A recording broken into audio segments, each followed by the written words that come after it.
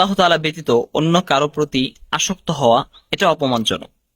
যেমনটা ইবনুল কাইয়িম রাহিমাহুল্লাহ বলেছেন, কেউ যদি তার অন্তরকে আল্লাহ ব্যতীত কোনো মানুষের সাথে অধিক সংযুক্ত করে, অর্থাৎ আল্লাহ ব্যতীত অন্য কারো প্রতি তার আসক্তটা বেড়ে যায়, তাহলে সে যন্ত্রণা পাবে, সে অনেক কষ্ট পাবে, আর এটা অনিবার্য, এটা হবেই হবে।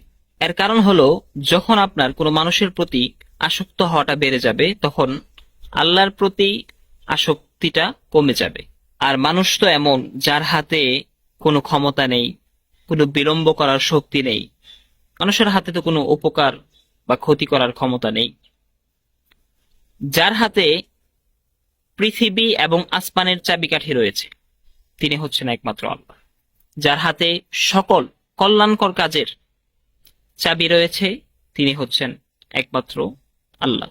আল্লাহু আকবার।